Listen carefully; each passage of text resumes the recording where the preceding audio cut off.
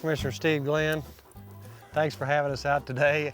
Opening day of dove season. Opening day. It's hot, but it's not terrible. There's a little breeze going. Now I find myself in a predicament today. You know, so I don't have a gun. I noticed that. Well, have you gave up hunting? No. I had a recent surgery, and I've got to wait about another week before I can pick up a gun and shoot.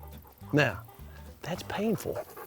I would say it's very painful and bad scheduling on your part. Oh yeah, what am I thinking? Of course, you know, so here I got to watch everybody. I'm not going to be angry, or I'm not going to be, what's the word for it? I'm not going to be like jealous. I will not do anything to anybody in this field to somehow try to draw their attention away from a bird. That's a good or sport. call something different. There, watch it. See? Oh. My buddy's already playing against the rules here. Oh, God. John! How? Somebody kill it. Buddy. You know, you've just put out a small plot of, what do you got, maybe an acre? Little over yeah, acre about of an acre. sunflowers. It doesn't take a whole lot to organize a little shoot like this and have a whole lot of fun. And you know, if you get a few birds coming in, we only got what, maybe 1, 2, 3, 4, 5, maybe 6, 8 shooters today. Yeah, probably. There he is. Good shot, John! The opening day of dove season is my favorite day of the year, other than, you know, Christmas or 4th of July, but it's a ball. Dove hunting is one of the best forms of hunting I know of, because you can get out and you can be social. You can loud. talk with people and have a joke and cut up and have a good time. And you can shoot birds, and you get to see, you know, really the products of what you've spent all summer working on as far as food plots. And Woo! I hear one. Oh, he's right over your head. He's gonna poop on your head. That'd be good to have on film. The camaraderie with your friends, and my wife, she shoots with us. And Sherry Glenn. Yes. Commissioner Glenn's wife. You know what? It does my soul good to see a husband and wife out sharing these experiences. I think so many times you see folks who don't do things like this together. That's not good. No, and the reason I got into it is I never saw my husband through the whole month of September. So for Christmas one year, he bought me a hunting gun, and then for my birthday, he bought me a hunting dog, and then for Valentine's Day, I got my hunting license, and I've been out with him ever since. Now, when was that? Oh, it's probably about 18 years ago. He was coming to kill you. yeah, I know. Or me. So you may save my life.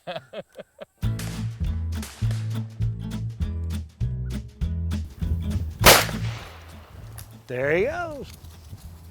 If you haven't tried dove hunting, what would you tell somebody? Oh, they're missing the most neat event of their life. This is just, I didn't get started till late in life, but I've had some wonderful opportunities, and I love it. This gets us going. And you know, every time that I go to a dove shoot, I find out something about somebody I haven't before. Absolutely. Because you can talk. Yeah, absolutely, and that's socialize. important. And you know, Tim, if there's one thing that I could stress about the importance of dove hunting in Kentucky is, especially as we're trying to build the base of new hunters and new sportsmen, this is the perfect sport to get introduced through, because it's a way you can communicate, you can get to know people, it's social. I wish everybody could be out here doing this right now. And it's a super introduction to what makes life great for a Kentucky sportsman, because this is, to me, the quality of people you get to hunt with. You get to enjoy the natural outdoors with people who farm and raise row crops and whatnot. Kentucky is blessed with the best small state Department of Fish and Wildlife in the United States. I guarantee you. Now, No I'm not question. just saying that because I work for them. No, I've me watched it. I've watched it since the 80s, since I've been here. I've watched it grow. Everybody wants to come to Kentucky. It's September 1st, and we're hunting. It's this Saturday we'll start deer hunting, and we'll hunt something all the way through January, and then we'll start again in April hunting turkeys for a month. I'm afraid that we're living in the good old days. I guarantee you we are. It's as good as it can get, and you know, we like to brag about how great it is, but it's here for the people. It's here for the citizens of. And we've got some awful good sportsmen out there.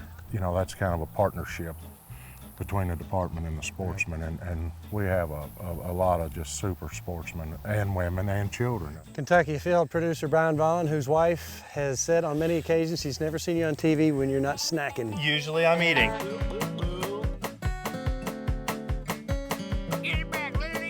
Today I'm shooting. I saw feathers on your mouth a minute ago. You weren't doing Ozzy Osbourne over there. No, I wasn't getting an early start, no foie gras here. Just checking.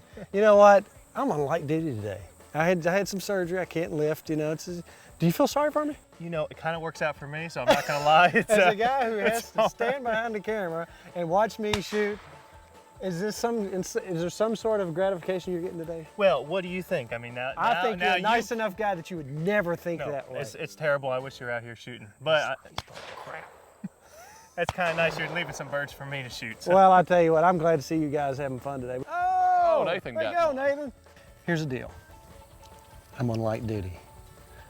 I can't shoot. Do you feel sorry for me? Very sorry. As somebody, I asked this to Brian, I'm asking you, somebody who has to sit behind the camera and watch me shoot guns and bows. There's no, oh, I got him today. You haven't thought about maybe, like making my injury worse so you can do this more? No, Hadn't crossed your mind? No, I know how much pain. I think the pain of not being able to shoot is worse than the physical pain you're probably feeling from the See surgery. why we like these guys? It's appropriate that the man who's planted the field gets the first limit. I'll tell you what, this is fun. I'm just on the sidelines here. Doc's orders, I'm not supposed to shoot. I'm trying so hard. I've seen you twitching all over the place. But I tell you what, I want to thank you. On our show, we always say on our show, and it's something that we should do, is thank the landowner. And I sincerely want to thank you for having us out, because I mean, you know what, it's great. And That's Tim still jerking over these doves flying. I don't know. got a problem. You're gonna have to sedate him on this for a few more days. okay, I tell you what is this laying on the ground? Oh, ouch. Just having Wait, to find wait. a gun What laying is there, this? isn't that? That's incredible. Spoonmore, Dr. Spoonmore, I'm just looking and admiring this. I would not dare. Shoot. Yeah, that's not 15 pounds, is it? No, no, that's probably 6 3/4, Just 7 I'm just pounds. looking It's at great. it. I'm just That's looking right. at it. It's beautiful, beautiful, Thank you. black. Yeah.